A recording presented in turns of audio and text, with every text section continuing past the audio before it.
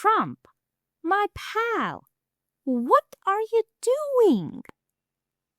Tariffs? On India? What about my catnip business? I don't think old Uncle Joe is going to like it. No, not that Joe. My Uncle Joe. He's a catnip addict, and I am not going to like it when you sell him someone else's catnip. That will be backstabbing our friendship. As if you haven't backstabbed enough friendships already. Okay, let Hazel do his talking, whoever he's talking to, and we can prepare to get right into the video. From tariffs, India-Russia to Great Himalayas, built in India and law of the sea, we will be covering all of that in today's episode.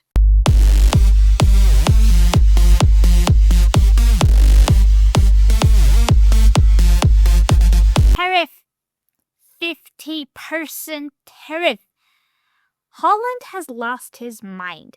My catnip business is what afforded me that beach trip on Friday.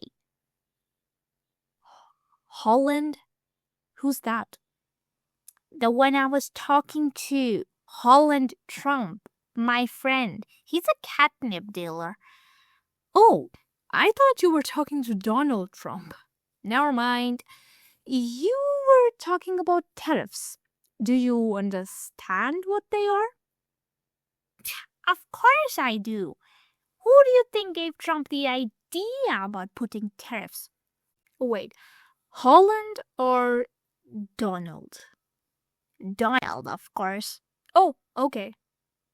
Once I have my own feline country, Hazel land, all countries must sell me world-class cat products like treats and toys, and of course, tuna.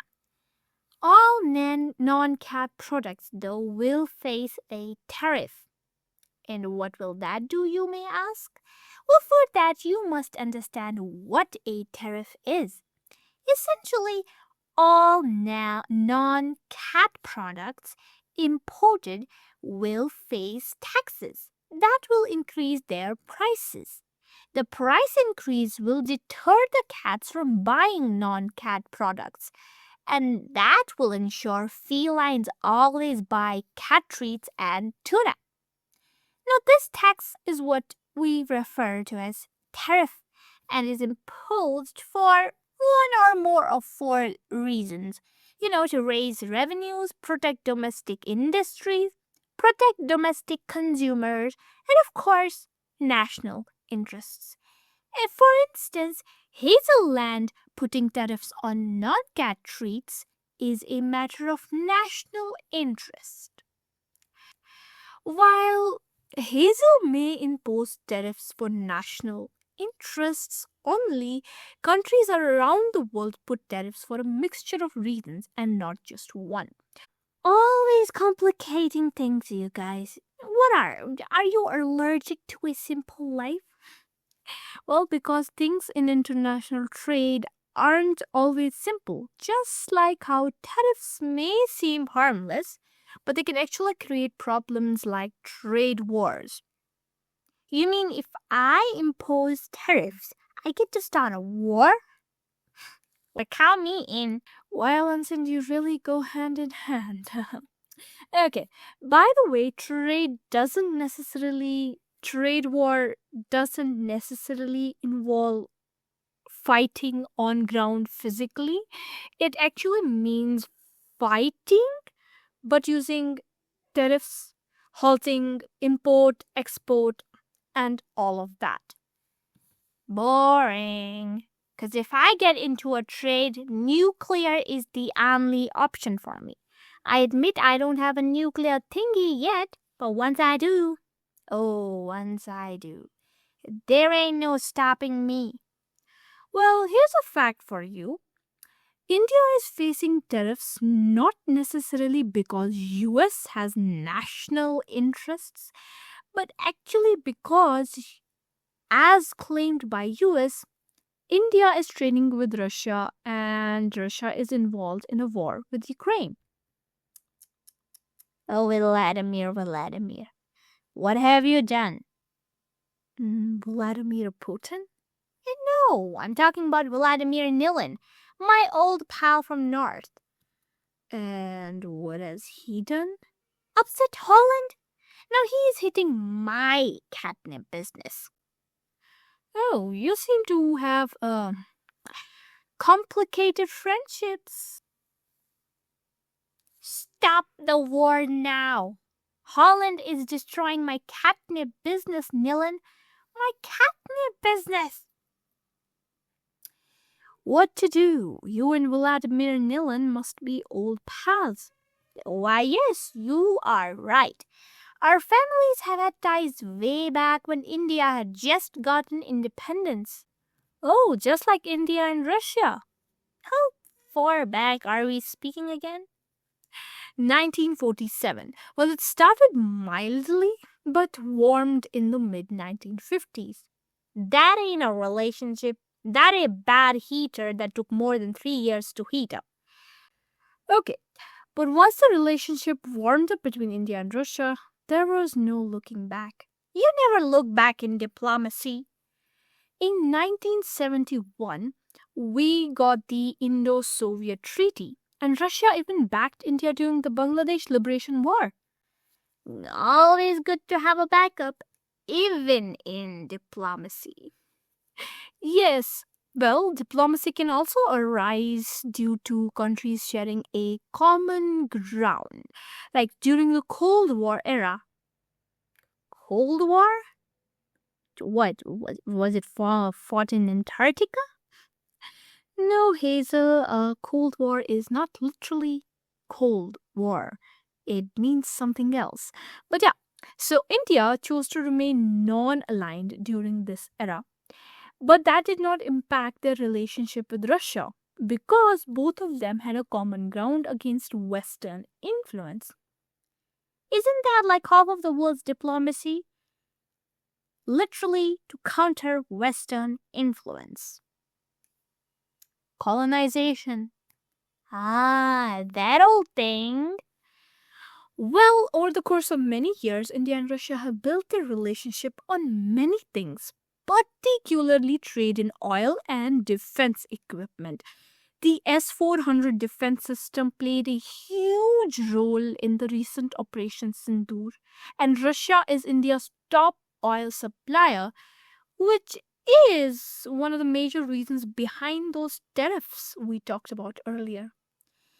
If the countries in this world were a family, first of all, that would be a huge house. They'd be living in. And second, it would be a drama every morning. Yeah, you are right. Country relations are pretty complicated.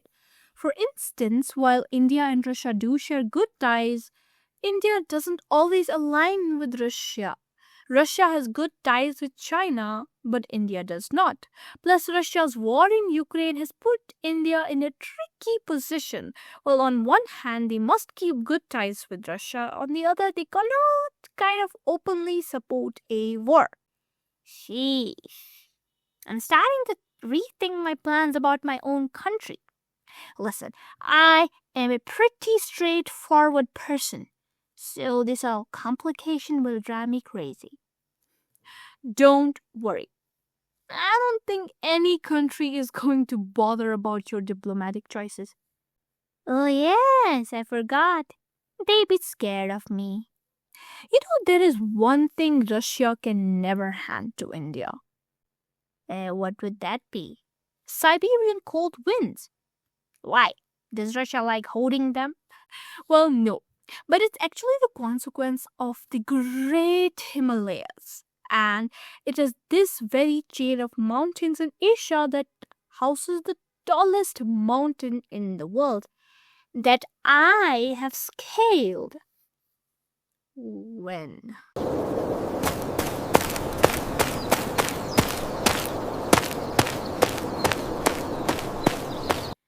I see. But there is not a clip of you on the top. The camera died when I reached the top. Very convenient. Just like how very conveniently Himalayas act as a natural barrier between the Tibetan plateau in the north and the Indian subcontinent in the south. Right. And this natural barrier runs west to east for about 2,500 kilometers. And in width, it's about 100 to 400 kilometers. For all you miles people, the length is 1,550 miles, while the width is 125 to 250 miles.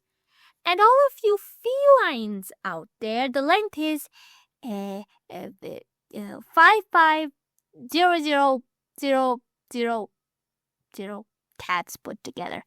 Listen, I'm not good at maths, but you get my point. That's a lot of cats. It is a whole lot of cats there. But you need more to cover the 110 peaks of this range. We're speaking about 29,200 cats per peak. How tall are we speaking here? Just about 7,300 meters. The tallest peak, that's Mount Everest, heights at 8,846 meters. So you'll have to stack about 29,000 to 30,000 cats to be able to cover this height. That somehow makes Everest look far taller in my imagination than I thought. Haven't you literally scaled it? that was metaphorically. Okay. And the other most notable thing about the mountain range is the snow. The name Himalayas, Hima means means snow in Sanskrit, while Alaya means abode. Himalaya together means abode of snow. This range is even sacred to religions like Hinduism and Buddhism. And since it's a natural barrier, it acts as a natural defense for India, alongside, of course, being a source of major river like Ganga and Brahmaputra. Right. I'm getting tired. I must stretch.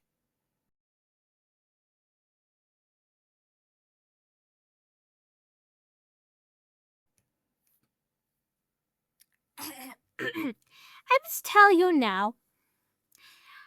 I might not be able to scale literal mountains, but I might be able to scale a mountain of achievement.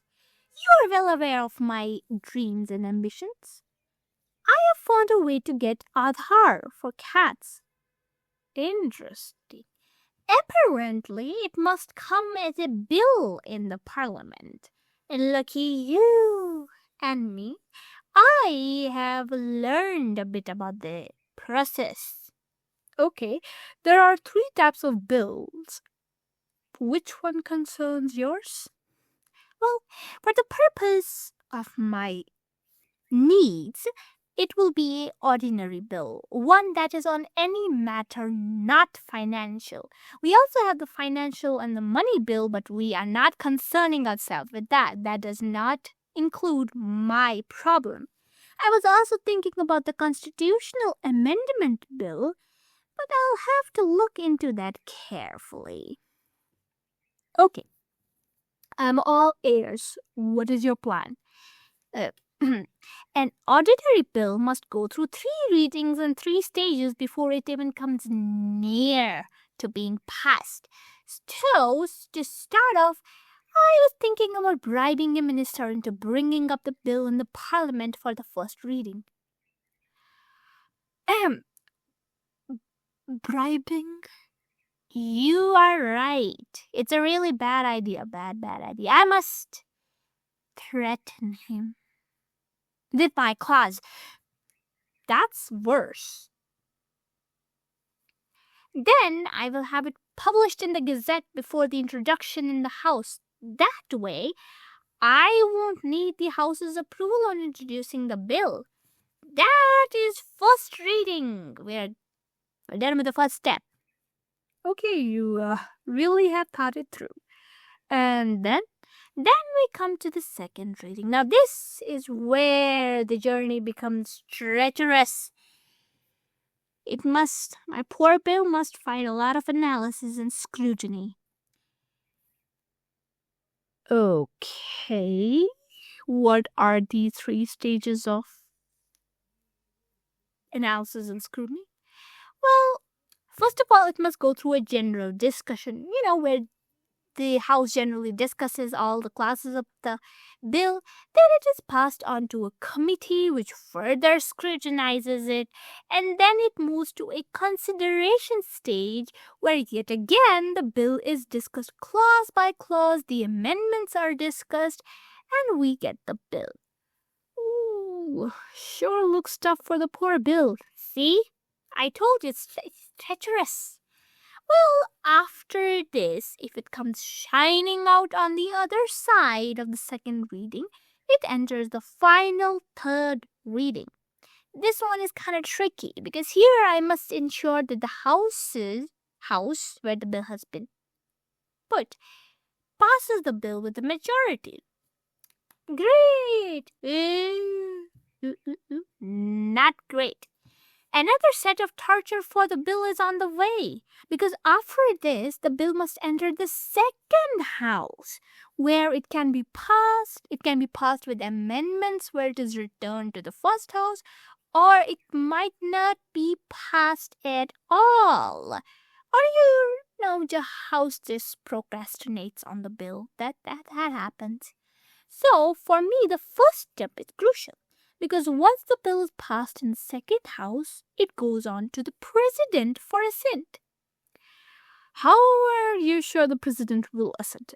They can actually withhold their assent, or they can actually return the bill for reconsiderations.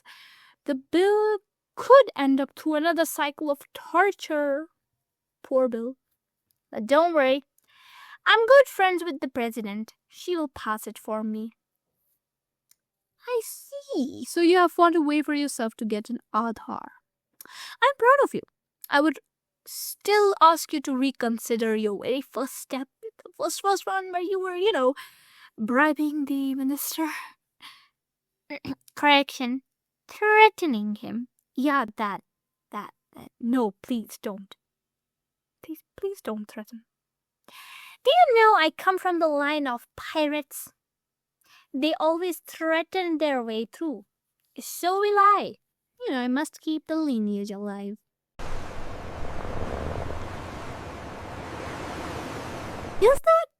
Is that you? Why, yes, it is me, Hazel the pirate. Captain Hazel. Aye, Captain. Did you know that seas also have laws? Eh? Who? Bring me that person now. Law of the sea is basically there to govern public order at sea, codified in the 1982 United Nations Convention on the Law of Sea, also called as the Constitution for the Oceans. The first person I will be tracking down in the afterlife is the one who created this idea of a constitution. Why did he do that? Well, good luck with that. But since you are of pirate lineage, you must know that areas that extend up to 12 nautical miles from the coast of a country are territorial waters. They belong to that country, and while innocent passage of foreign vessels is allowed, the same can't be said for pirates. I'm a sovereign country's ruler. Hazel, your country doesn't exist as of yet. It will soon. Okay, well, beyond territorial waters, countries also have the exclusive economic zone, which is up to 200 nautical miles from the shore. And these areas are where countries can control resources, economic activities, as well as research. So you're telling me if I had my own country, I'd be having my own easy. No, in a way I can create my country. It has to be somewhere where the EEZ will constitute of tuna. That's where my country will be. Okay. Well, waters beyond the EEZ and territorial waters are open to all nations, but activities like nuclear testing is prohibited. The seabed here is administered by the International Seabed Authority. So you're telling me I must infiltrate this authority to achieve my pirate dreams? It works. Let me just pull out my contact list and see who can help me in this work. Okay, and he's back at it again. Well, the thing is, Hazel's achievements will always be beyond comprehension, but luckily, knowledge is not. So stay tuned for more of the Sunday Saga, the saga of knowledge. Adios!